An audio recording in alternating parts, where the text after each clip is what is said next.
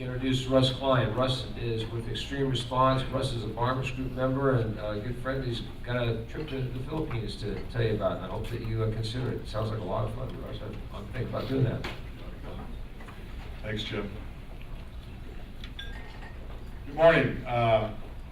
You actually said I'm a Barnabas member. I'm a Barnabas partner now. So get that dollar bucket out. I'd like to manage that bucket. Great. My wife and I are Barnabas partners here in Orange County, and we've been here living over the last 6 years.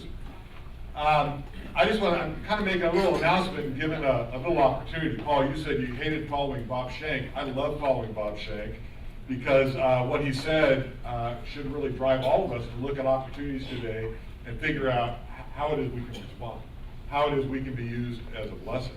And I'm going to give you an opportunity.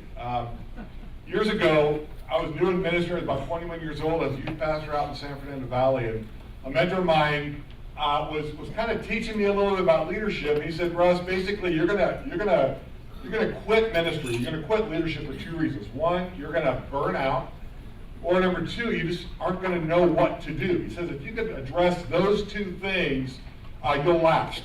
You'll survive. Your marriage will survive. Your ministry will survive. You'll make it. And so I kind of took that seriously. I spent the last 30 years of my life trying to be a good leader, trying to find balance in my leadership, trying to fight that burnout and fight that knowing what to do. I served in pastoral leadership. My wife and I served as missionaries in South America for about 16 years. I served with nonprofit, which is where I'm serving now. And you know what? I've seen leaders crash and burn all around me. A number of years ago, while we were living in Ecuador, we began looking at leaders around the continent that we were working with and trying to figure out what do these leaders really need. We were delivering training on how to be more effective in your organization and in your ministry. But I found out if I can help address the same thing that I have learned, burnout and knowing what to do, if I can address those things, I can help leaders last. So we kind of did some research with leaders around the world and identified 4 simple things. You've probably heard me talk about this before, but if we can address these needs of leaders, training, give them some tools, give them the training, the access to training that they need to learn. I went to a seminar last week that Barnabas sponsored. It was just an incredible day of learning. And I'm reminded that, you know what, we're all busy. I'm never too busy to learn. I was challenged, I was refreshed, I met some new people. It was just a great day in the middle of the week, a place to learn. We all need that. We need resources, and it is a Christian word for money, but it goes beyond that. It's also tools. What I found is people living, especially outside of North America, they don't have access to tools. Internet changes that and helps that, but books and resources, ideas, resources helps them learn how to collaborate, helps them learn from other people. If we can help them understand what coaching is, a lot of times we spend a lot of energy doing one-time events. Let's go in and train and we leave. Really what they need is they need relationships. They need people to help them apply what they've learned, apply what they've been challenged with into their specific context. And the 4th one is community. They need a place to belong. We all know leadership is really, really lonely. And they need a place where they can be real, a place where they can share their heart, a place where they feel valued, a place where they can share their biggest needs. If we can address these things, we help leaders avoid burnout, and we help them learn what they need to know to be leaders. We're taking a team in October. I work with an organization, the international ministry. We work with the poor around the world. One of our sites is in the Philippines. I've been working there the last 3 or 4 years. You've heard me talk about that here. But we're taking a group in October to do some training. We're going to address these things with a network of leaders in Manila. Manila is one of the most densely populated cities in the world. Between 12 million people and 21 million people. If you've been there, you understand exactly what I'm saying. There's no way to count the people that live in this city, in Metro Manila. We're going because there's a group of leaders that are hungry for training, resources, coaching, and community. I want to invite you to come with us. Bob shared earlier, we've been blessed, but we're blessed so that we can then share and we can give of what we've been blessed with. We're looking for people to come and provide training, provide coaching, provide resources.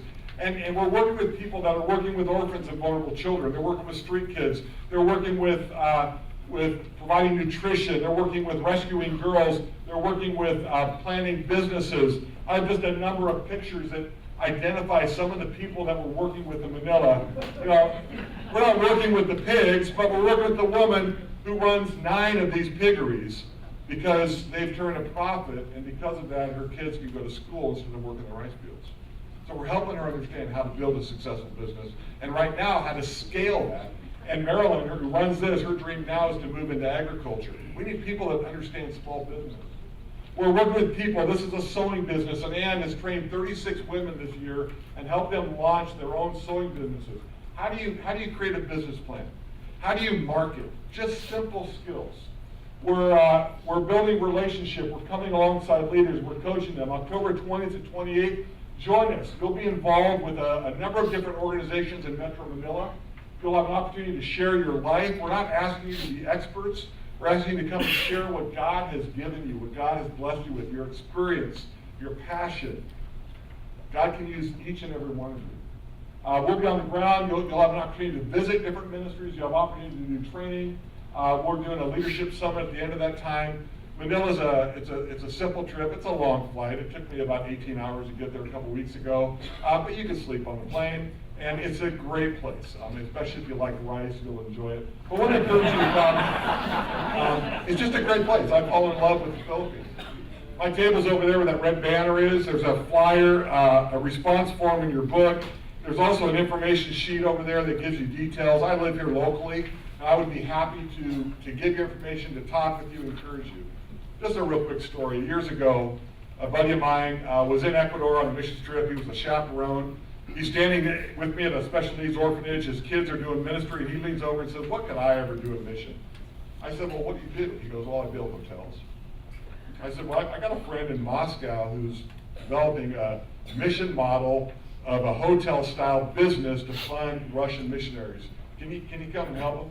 He said, "Yeah." Eric and I flew to Moscow months later, walked in the room, and I watched Eric transform, one his missions world, but transform this ministry's world. Because he talked about where do you buy towels, and he talked about how do you manage booking, things that I have no clue what to do. Turn their ministry upside down. Eric says, "I never knew I could use what I do in my business internationally." I'm going to invite you. Come. You'll have lots of opportunities today, opportunities to get involved, some really close and easy, some a little further, cost a little more money. I want to encourage you, come. You can be a blessing. God can use the gifts and your experience and your passion. I would love to invite some of you to come with us to Manila. We're taking a small team, probably 6 to 8 people, but I'd love to invite you to come. If you have questions, come see me. Thank you for being here today.